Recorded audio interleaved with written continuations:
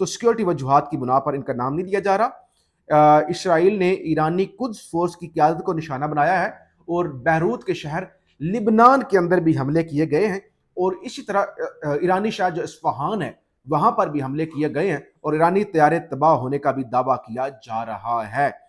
امریکی اخبار new York Times نے دعویٰ کیا ہے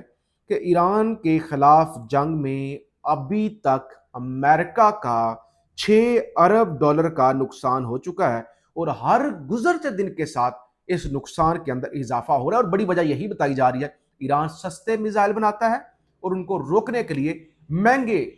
ڈبل سے بھی زیادہ بلکہ ڈبل بہت بڑی قیمت جو ہے وہ خرچ کرنی پڑ رہی ہے۔ آج امریکہ نے دعویٰ کیا، ڈونلڈ ٹرمپ نے اعلان کیا، ڈونلڈ ٹرمپ نے کہا کہ ہم ابھی فوری طور پہ نہیں، لیکن جیسے ہی خطرہ کم ہوگا نا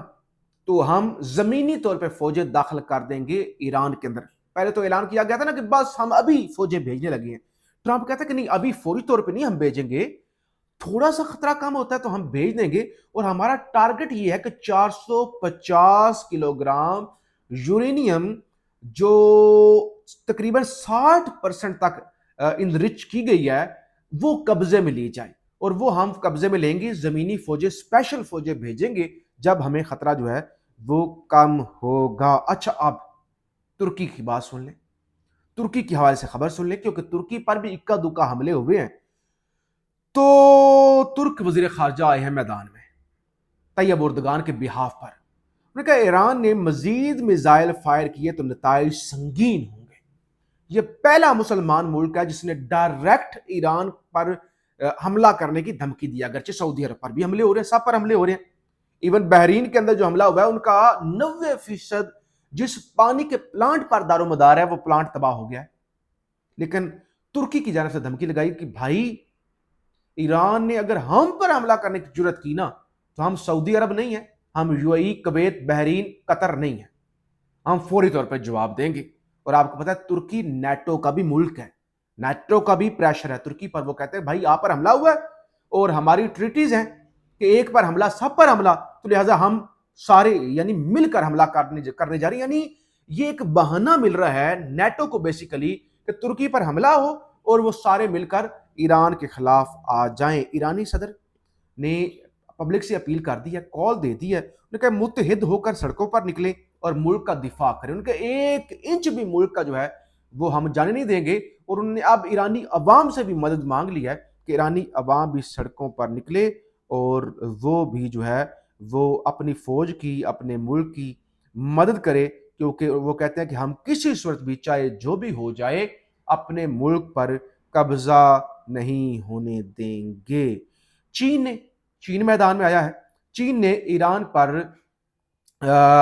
فوری طور پہ حملہ روکنے کا مطالبہ کر دیا، انہوں نے کہا ہم تو ان حملوں کے خلاف ہیں، جنگ ہونی ہی نہیں چاہیے تھی، امریکہ نے بدماشی کی ہے، ایک طرف مذاکرات کا ٹیبل سجایا، دوسری طرف انہوں نے حملہ کر دیا، تو لہٰذا یہ جنگ ہونی نہیں چاہیے، ہم مکمل طور پہ اس جنگ بندی کے خلاف ہیں۔ تو بہرحال یہ صورتحال ہے، امریکہ نے زمینی فوجیں اتارنے کا اعلان کر دیا ہے، اور ساتھ ہی یہ کہا ہے کہ فوجیں ہم تب اتاریں گے، یعنی دیکھیں نا جو ٹرن لے رہے ہیں مسلسل، پہلے 1 دن میں جنگ ختم ہو جائے گی، 4 دن میں، اب 6 ہفتے لگ سکتے ہیں، ہم فوجیں اتارنے جا رہے ہیں، ہمارے فلانے جہاز آ رہے ہیں، اب ہم ابھی نہیں اتاریں گے، خطرہ کم ہوگا تو اتاریں گے۔ تو امریکہ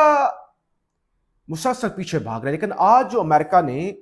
جو حملے کر دیے نا، حالانکہ ایران کا تگڑا حملہ تھا کویت پر، بحرین پر، سعودی عرب پر، انہوں نے 15 سے زائد ڈرون جو ہے اور میزائل جو ہے وہ فائر کیے ہیں، اور اس طرح اسرائیل پر اور امریکیوں پر وہ حملہ کر رہے ہیں۔ لیکن آج جو ایران پر خاص طور پہ تہران کی آئل کی ریفائنری پر حملہ ہوا ہے، اس نے بڑا نقصان کیا ہے، اور اس نقصان کے بعد اب لوگوں کا سڑکوں پر نکلنا اور پھر مدد مانگنا کہ اگر امریکہ فوجیں بھیج دیتا ہے تو پھر عوام خود اپنی مدد آپ کے تحت بھی اپنے ملک کا دفاع کرے، تو چیزیں خطرناک ہو رہی ہیں۔ اور دوسری طرف بڑے پیمانے پہ جو پاک فوج طالبان کو سبق سکھا رہی ہے، اور ظاہر ہے طالبان کے کل کی جانب سے اعلان ہوا تھا کہ اگر ہم محفوظ نہیں تو پھر اسلام آباد بھی محفوظ نہیں ہوگا، تو یہ پورا خطہ ابھی کوئی یعنی یہ کیسے آپ سمجھ لیں کہ بہت جلدی یہاں پر امن قائم ہوتا ہوا نظر نہیں آ رہا۔ فیڈ بیک ضرور دیجیے گا۔ پاکستان زندہ باد۔